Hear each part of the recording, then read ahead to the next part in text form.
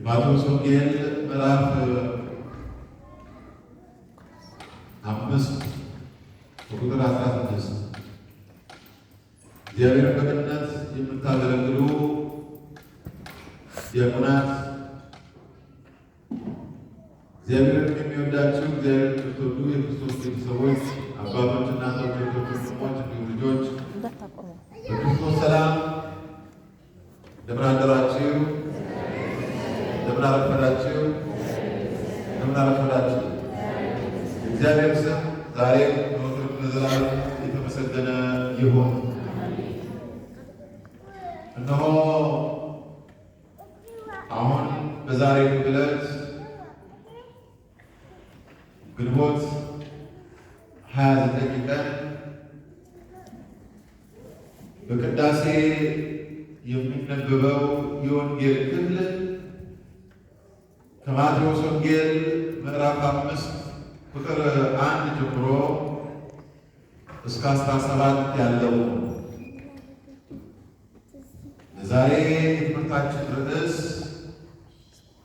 መልካም ስራችሁን አይተው በሰማያት ያሉ አባታችሁን ያመሰግኑ ዘንድ ብርሃናችሁ በሰው ፊት ይብራ። የማቴዎስ ወንጌል ምዕራፍ 5 ቁጥር 16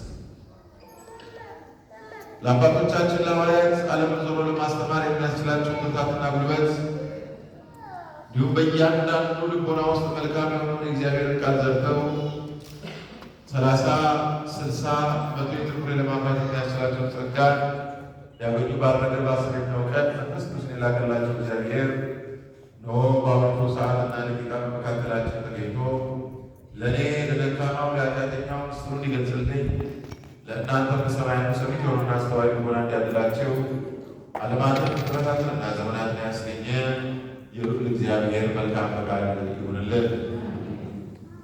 አዎ የፍቅር አባት የሰላም አምላክ የድንግል ማርያም ልጅ እርሱ ኢየሱስ ክርስቶስ እነሆ በሰሜን እስራኤል ገሊላ ባህር አካባቢ በሚገኝ በአንድ ተራራ ላይ በአንድ ቀን በመጽሐፍ ቅዱስ በተለይ በአዲስ ኪዳን ብሎም በወንጌል አስኳል የሆነው የትምህርት ክፍል አስተምሯል። ወደ ተራራው በወጣ ጊዜ ብዙ ሕዝብ ተከትሎት ነበርና በዙሪያው ሰፍሮ ነበርና ከማቴዎስ ወንጌል ምዕራፍ 5 ከቁጥር 1 ጀምሮ እስከ ማቴዎስ ወንጌል ምዕራፍ 7 ፍጻሜ ድረስ ምዕራፍ 5 ሙሉውን፣ ምዕራፍ 6 ሙሉውን፣ ምዕራፍ 7 ሙሉውን በአንድ ቀን ያስተማረው ትምህርት ነው። ይህ መጽሐፍ ቅዱስ ክፍል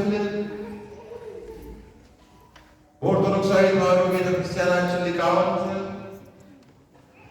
አንቀጸ ብፁዓን በመባል ይታወቃል። ወይንም በመጽሐፍ ቅዱስ መምህራን የተራራው ስብከት በመባል ይሰየማል። በተራራ ላይ ያስተማረ፣ በአንድ ቀን ያስተማረ፣ ነገር ግን በውስጡ አስኳል የሆነ ጠጣር የሆነ የመጽሐፍ የትምህርት ክፍል ነውና ይህንን በመለየት አንቀጸ ብፁዓን የተራራ ስብከት በመባል ይጠራል።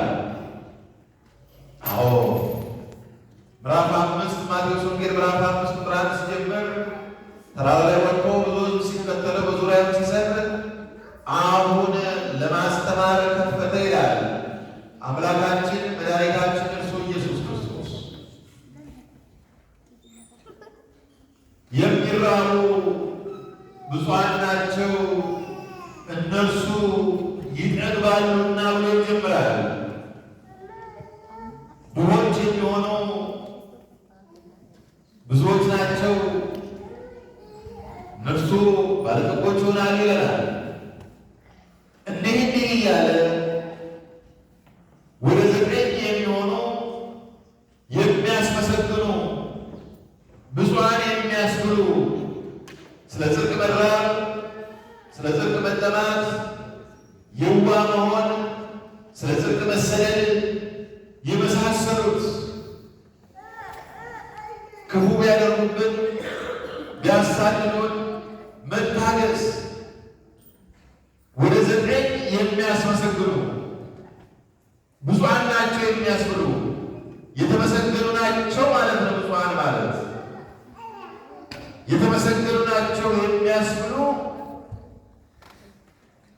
ቃላትን ተግባራትን አስተምሮናል። በመንፈሳዊ ሕይወት ውስጥ ስንኖር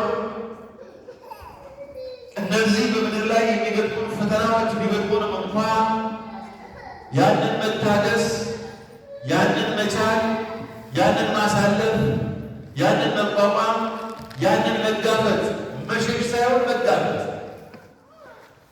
ክርስትና የምንሸሽበት ሃይማኖት አይደለም፣ የምንጋፈጥበት ሃይማኖት ነው። ክርስትና የምንሸሸግበት ሃይማኖት አይደለም፣ የምንሞትለት ሃይማኖት ነው።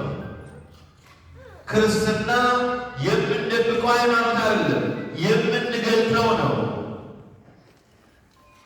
አዎ